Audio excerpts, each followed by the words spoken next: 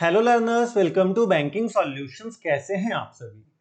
आशा करता हूं आप सभी बहुत ही अच्छे होंगे। आपकी तैयारी बहुत अच्छे से चल रही होगी।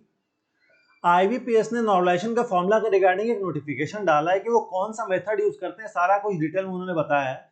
मैं आपको पहले पीडीएफ दिखाता हूँ, नोटिफिकेशन दिखाता हूँ क्या, इसका लिंक मैं डिस्क्रिप्शन में लगा दूंगा, आप चाहे तो वहां से आकर भी देख सकते हैं। यहाँ पे उन्होंने थोड़ी लंबी चौड़ी बातें करी है, अच्छे से स्टूडेंट को समझ में नहीं आ रहा, मैथमेटिकल टर्म यूज हुआ है, तो आप सभी के लिए मैं इसे लेमैन टर्म में समझाता हूँ, एग्जांपल के साथ, पूरा टेबल के साथ समझाऊंगा। ठीक है, तो चलिए पहले नोटिफिकेशन की ओर बढ़ते हैं। इसमें देखिए स्टैटिस्टिकल फॉर्मूला एक यूज हुआ है, उस आईपीएस ने बताया, बट मैथमेटिकल टर्म है तो जो मैथ बैकग्राउंड से नहीं, उन्हें समझ में नहीं आ रहा है, ये चीज दिक्कत हो रही है, तो मैं आपको डिटेल में समझाता हूँ। देखिए 3 स्टेप होता है, इसके बाद मैं आपको टेबल भी दिखाऊंगा। 3 स्टेप होता है। स्टेप 1 में परसेंटाइल रैंक बनाते हैं, वो हर शिफ्ट के स्टूडेंट के रॉ मार्क्स को परसेंटाइल में कन्वर्ट किया जाता है। कैसे? जैसे अगर आप 80 स्कोर कर रहे हो और आपके नीचे 70% स्टूडेंट हैं, तो आपका स्कोर जो है 70th हो जाएगा, परसेंटाइल जो आपका रैंक है वो आपका 70th हो जाएगा। ठीक है, फिर उस परसेंटाइल को स्कोर मैपिंग किया जाता है, दोनों शिफ्ट के परसेंटाइल को परसेंटाइल वाइज स्कोर का चार्ट बनाया जाता है, फिर सेम परसेंटाइल के लिए दोनों शिफ्ट के स्कोर को मैच किया जाता है। ठीक है, जैसे कि शिफ्ट 1 में 80 मार्क्स है तो उनका 70 परसेंटाइल है, शिफ्ट 2 में 75 मार्क्स है तो उनका भी 70 परसेंटाइल आएगा। अब अगर ऐसा है तो दोनों इक्विवेलेंट स्कोर हो जाएगा 75 और 80। ठीक है, दोनों को इक्विवेलेंट माना जाएगा। अब स्टेप 3 होता है स्कोर एडजस्ट करना। अब शिफ्ट में 75 वाले स्टूडेंट को भी 80 स्कोर के इक्विवेलेंट माना जाएगा, तो इसके लिए दो चीजें होती है, या तो 75 वाले को 5 मार्क्स दे दिया जाएगा या 80 वाले में से 5 मार्क्स घटा दिया जाएगा। ठीक है, ये होता है नॉर्मलाइज्ड स्कोर। अब मैं आपको टेबल के थ्रू अच्छे समझाता हूं। दो शिफ्ट में एग्जाम हुआ, मान लीजिए शिफ्ट 1 है और शिफ्ट 2 है। ठीक है, शिफ्ट 1 में 20 कैंडिडेट, शिफ्ट 2 में भी 20 कैंडिडेट है। शिफ्ट 1 में रॉ स्कोर सभी के आपको दिख रहे होंगे, तो जो इसमें टॉप स्कोरर है वो 95 है, 100 में 95 वो टॉप स्कोरर है। ठीक है, और शिफ्ट 2 में टॉप स्कोरर जो है 93 है, तो यहाँ पे 95 100 परसेंटाइल हो रहा है, यहाँ पे 93 में ही 100 परसेंटाइल हो जा रहा है। मतलब ये जो है 95 ये 93 के बराबर है शिफ्ट 2 का, तो नॉर्मलाइजेशन में इसे 95 कर दिया जाएगा, 2 मार्क्स यहाँ पे दे दिया जाएगा। उसी तरह से जो दूसरा है रैंक 2 वाला, वो 92 रॉ स्कोर किया है, इनका परसेंटाइल मान लीजिए 95 है, और यहाँ पे 91 वाला परसेंटाइल 95 है, तो इसको 1 मार्क्स दे दिया जाएगा। इसी तरह से पूरा टेबल बनाया गया, आप चाहे तो देख सकते हैं। यहाँ पे देखिए 20th स्टूडेंट 38 स्कोर लाया है तो उसका परसेंटाइल 5 बना है, और यहाँ पे 35 लाया स्टूडेंट, उसका परसेंटाइल 5 बना है, परसेंटाइल रैंक, तो इसको भी 3 मार्क्स देके 38 कर दिया जाएगा। इस तरह से नॉर्मलाइजेशन काम करता है।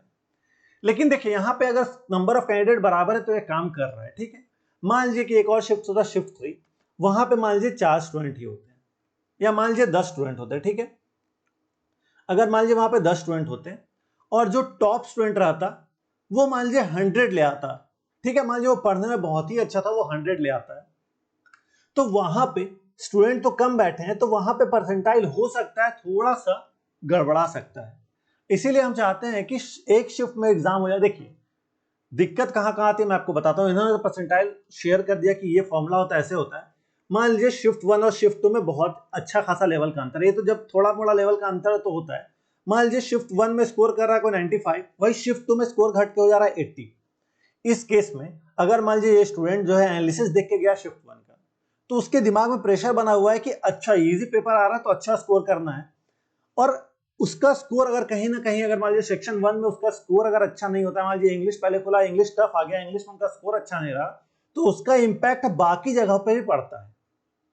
ठीक है, तो इस चक्कर में इस पे और भी फैक्टर्स डिपेंड करता है।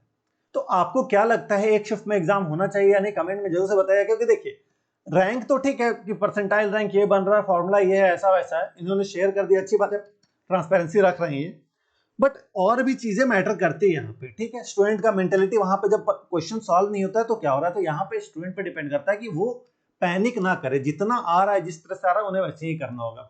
ये तो बदलने से रहे, तो अब आपको खुद को बदलना होगा। ठीक है, खुद को थोड़ा बदलिए तो आपको ऐसा होगा कि कोई भी सिचुएशन रहा पैनिक नहीं करना है आपको। ठीक है, और भी चीजें मैं शेयर करता हूँ, इसी का एक छोटा सा रूप है। यहाँ पे देखिए 90 परसेंटाइल, 85, 81, यहाँ पे आप देख सकते हैं, छोटा सा रूप यहाँ पे आपको समझाया गया है।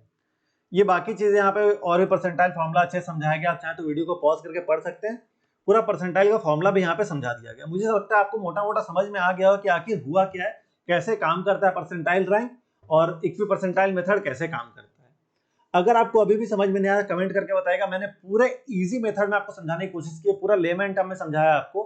मुझे लगता है आपको अच्छे समझ में आ गया होगा। अब आपको क्या लगता है एक शिफ्ट में एग्जाम मेंस का, देखिए प्री का तो चल जाता है, मेंस का एग्जाम एक शिफ्ट में होना चाहिए या नहीं, अपना ओपिनियन आप कमेंट सेक्शन में दे सकते हैं। बाकी कमेंट सेक्शन आपके लिए खुला है, आप कुछ भी कमेंट वहां पे कर सकते हैं, ठीक है। और अगर आपको कोई भी डाउट आता है आप कमेंट करके पूछिए, मैं आपका हर एक डाउट पढ़ता हूँ, वहीं पे आपको रिप्लाई कर दूंगा। इस वीडियो को एक लाइक जरूर से करिएगा, और अगर आपने टेलीग्राम ग्रुप ज्वाइन नहीं किया तो टेलीग्राम ग्रुप ज्वाइन कर लिया, डिस्क्रिप्शन में आपको लिंक दिख जाएगा, ठीक है। आने वाले एग्जाम्स की अच्छे से तैयारी करिए। आपको आपके एग्जाम के लिए all the best. Thank you.